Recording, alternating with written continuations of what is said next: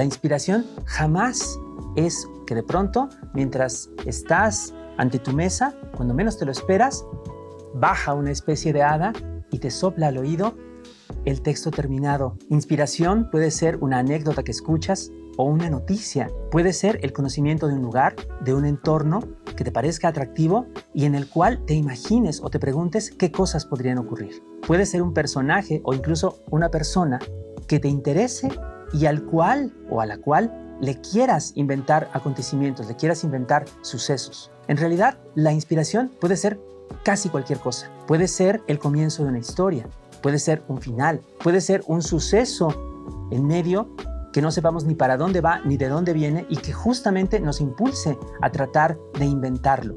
Ahora hablemos un poco del proceso de la escritura. No es tan complicado. Se trata simplemente de sentarse, tomar alguna superficie como un cuaderno o una hoja y empezar a escribir. Lo que quiero decir con esto es que la escritura a su propia manera es un trabajo. Es un esfuerzo que requiere cierto tiempo, cierta constancia y en el cual tarde o temprano vas a cometer errores, vas a equivocarte, vas a tener que corregir. En cualquier caso, hay algunos consejos prácticos que puedes seguir y aquí te doy 7. 1. Aparta tiempo para escribir y respétalo. Y hazlo respetar. Ponte un objetivo de escribir cierto tiempo cada día o cada semana y si no puedes hacerlo, por lo menos ponte una meta que puedas satisfacer cuando te sea posible. Yo me he puesto el objetivo de escribir todos los días al menos una página. Tú crea tu propio objetivo y luego cúmplelo y manténlo. 2. Consigue un espacio. Si no puedes apartarlo en el lugar en el que vives exclusivamente para escribir, utilízalo cuando te sea posible. Y si no, busca algún otro lugar, por ejemplo, un sitio público, en el cual puedas estar en paz. 3. Usa las herramientas que te acomoden. Como decía antes, no importa si utilizas lápiz o pluma o computadora, no importa si utilizas tal o cual app, no importa el color de la tinta, no importa la marca del papel.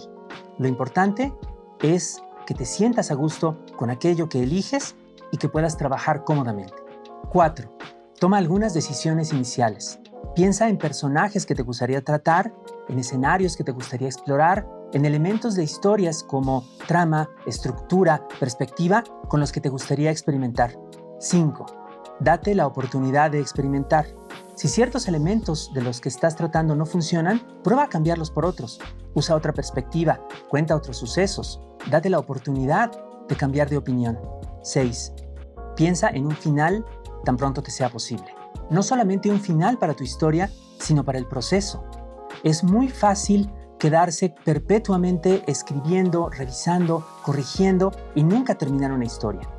Un buen momento para dejar atrás una historia es cuando te das cuenta de que ya se te olvidó qué es lo que estabas tratando de contar y solamente estás revisando el texto, estás cambiando cosas de lugar. Cuando, como se dice a veces, los árboles ya no te dejan ver el bosque, ese es el momento de parar.